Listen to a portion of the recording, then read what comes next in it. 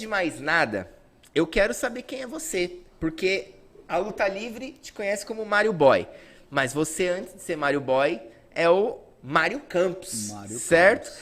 Então, quem é Mário Campos? Mário Campos era um garoto de 12 anos, né, que morava na Água Rasa.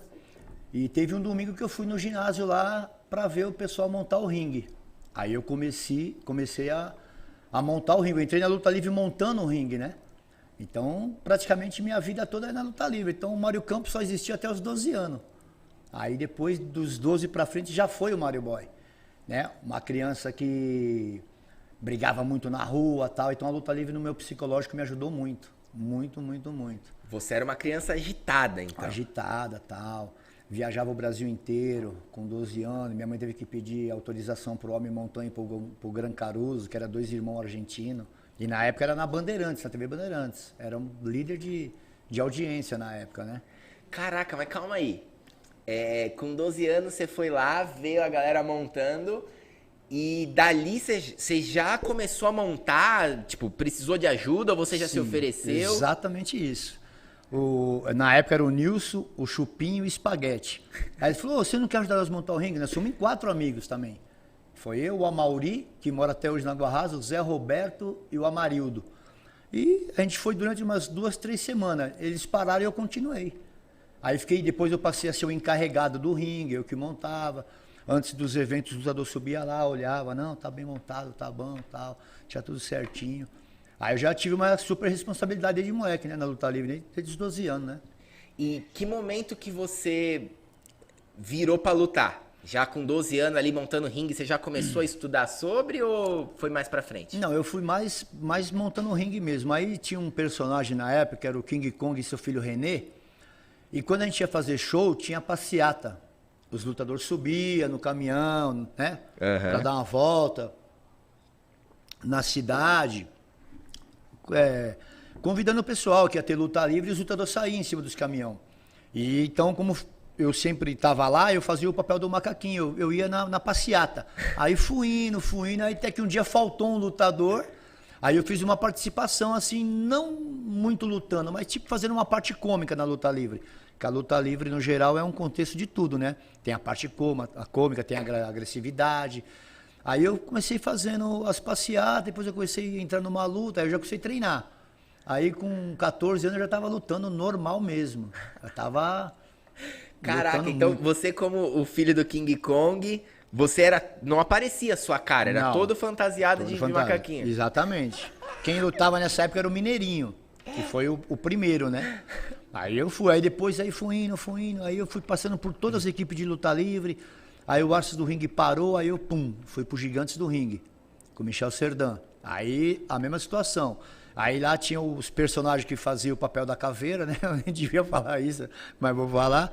Aí eu peguei o lugar do Renato Dias, que hoje é narrador da BWF, que tá na Bandeirantes toda sexta-feira, 11h45, na Band Esporte.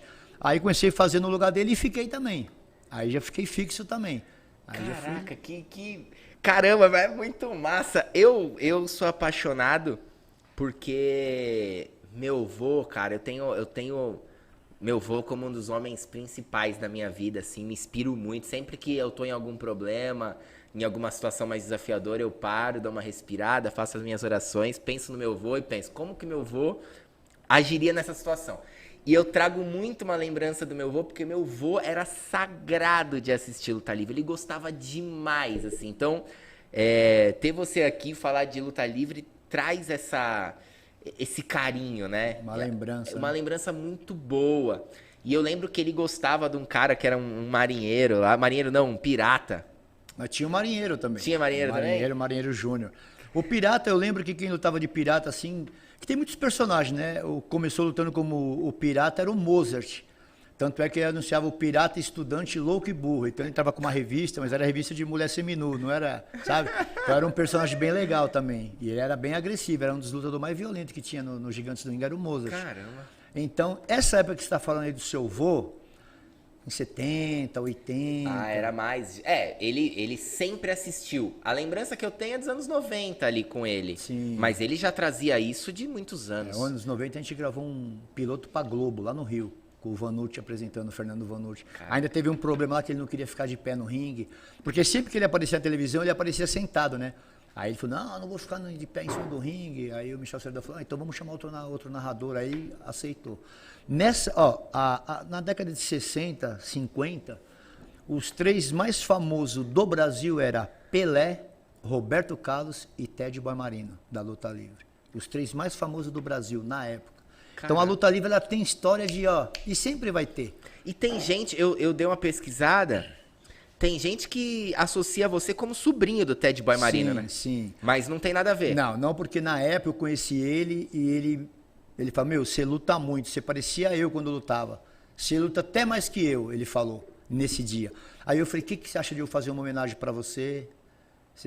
Lutar como sobrinho do Ted Boimarino para te homenagear. Aí ele ficou, né, se emocionou, não, tudo bem, eu aceito. Aí eu fiquei lutando como sobrinho do Ted Boimarino. Aí depois eu comecei a fazer 2 papéis nos Gigantes do Ringue, o vilão e o bonzinho, né? Que eu falo que é o corintiano, que é o vilão, e o São Paulino, que é o bonzinho, fico brincando com os lutadores. E comecei a fazer esses 2 papéis, aí já comecei a lutar como dupla personalidade. Como eu era bom nos 2 papéis, então, hoje ele tá de bom humor, aí eu lutava de bonzinho. Hoje ele não tá bem, aí eu lutava de vilão. Então, era pegado. E teve um programa que tinha uma americana vendo a luta livre, teve 10 lutas. Nesse dia eu fiz 3 lutas.